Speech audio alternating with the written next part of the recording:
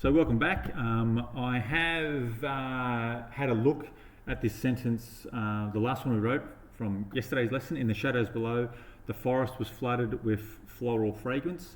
I'm not a fan, as I said yesterday. I didn't really like it. So I'm going to change it. I want to talk about the wildflowers that I think would be there. So let's change that to the fragrance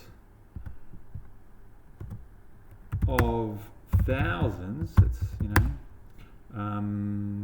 being in the mist, I tend to think that, and in the morning, things are going to be covered by dew. So fragrance of thousands of dew hyphen covered wildflowers.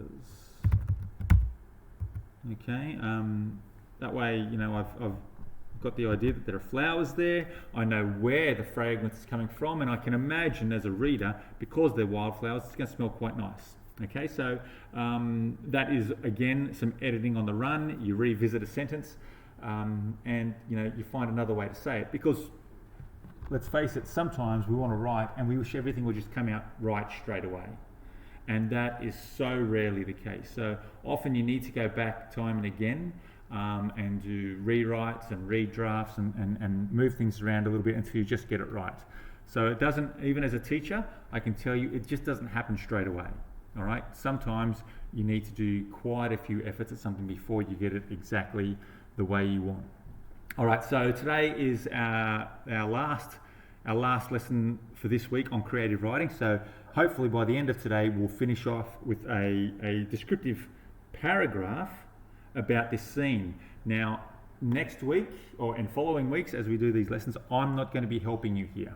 All right, you'll have this video as a model, and so next week, week after, and the weeks after that, there will be more pictures, a picture a week, and the idea is for you to practice this yourselves. Okay, but you can always come back to this video and play it again and again, or this series of videos, and just to go through the process again. But the job now is for you to go on and do your own thing. All right, so hopefully I've done the I do part, and you've been working after the video with the we do, and now after this week it's going to be you do. All right, so here we go. We're going to go into the emotion now. We've got 4 senses, and now we're going to go into the emotion of the scene. And myself, I think it's a little bit sad. Because when castles are built, they're these tall, powerful, imposing things. They look strong. As they get older, they look sort of crumbly and a little bit sort of weaker and frail. And to me, that sort of gives me a bit of a sense of grief or sort of sadness. So I'm going to try and focus on that, and I'm going to talk about how long the ruins have been here, I should say. I didn't say flowers before, but anyway, I'm actually talking about the castle. So, I want to talk about the castle had stood, and I know I've got stood up there in standing, but that's okay. I'm just going to get my ideas down on paper first, and then sort of try and get some sort of inspiration from that to talk about how I'm going to finish this sentence off nicely, or this paragraph off nicely. Had stood for thousands of years. Now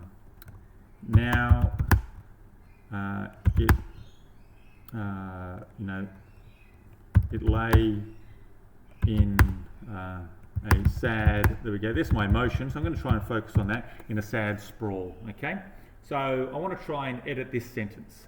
My plan is to try and write it in such a way that I convey the simple message there, but in a pretty descriptive way. Okay, standing high on a hill overlooking the mist-shrouded valley, the ancient crumbling castle ruins silently guarded the surrounding countryside. Okay, so when you look at old stones, often they're broken, often they're moss covered. Okay, so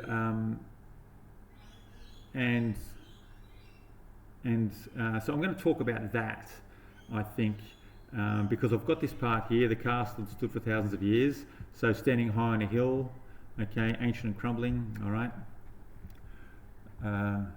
So how it would say, tumbled, get that mouse out of the way, broken and moss covered.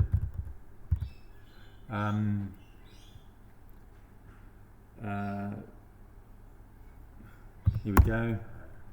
Aged stones lay. Let's go. We've got lay before. No. Lay. Sadly. Lay. How about we go? So lay strewn everywhere. Sadly.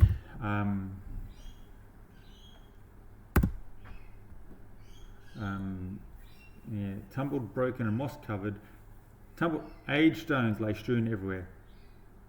Sadly recalling, I don't know, there we go, their days of past glory, or something along those lines. Maybe, nothing that really sort of sings to us, and certainly stones themselves don't have a memory, but here we have one of our other language features, which is personification. Okay, so it's people that remember things. Okay, so we've given a non-human item human characteristics, and that's one of the language features we're supposed to use in our creative writing.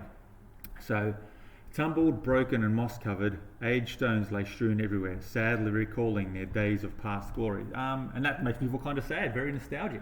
So I don't mind that. Again, I might change it a bit later on, but I'm going to add it here to my paragraph and see how that reads as a last paragraph. So we'll just copy that straight in. Tumbled, broken, and moss covered. Aged stones lay strewn about. I might say about instead of everywhere. I guess it kind of matches the archaic or more formal way of speaking. Lay about. Sadly recalling their days, that's my personification, of past glory. There we go. All right, maybe a little bit too much.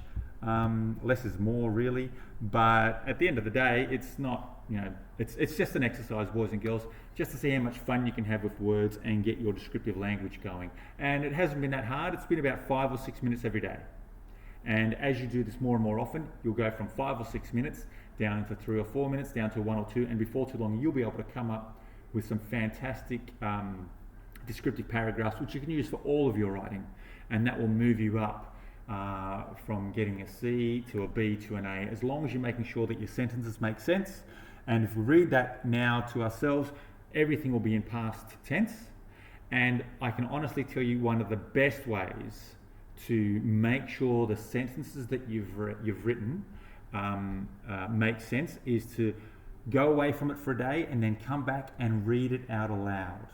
All right, if it doesn't make sense when you read it out aloud, there's a good chance that you haven't written it correctly. All right, your sentences, some aspect of your sentence doesn't make sense, and you need to go through the process of checking what you've written. So just to wrap up, we're going to read it all in one go and see how it sounds, how it makes sense. All right. So, standing high on a hill, overlooking a mist-shrouded valley, the ancient and crumbling castle ruins silently guarded the surrounding countryside. Far overhead, grey clouds drifted ponderously on a frigid wind in the dawn's golden sky. As the sun climbed above the horizon, faint birdsong rose with it.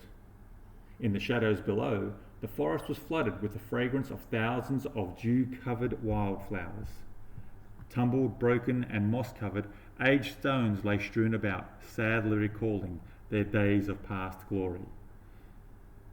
Okay, sounds okay. Not necessarily like a love song or anything like that, but it still sounds quite fine to read it. I noticed I left out a word there, so I put thousands of dew-covered wildflowers. Yep, there we go. I think that reads okay. Anyway, that's my effort. Hopefully you've got your own effort. And remember, mine's not the best or the only way to write it. Please have a crack yourself, boys and girls, and you'll get to enjoy creative writing as much as I do.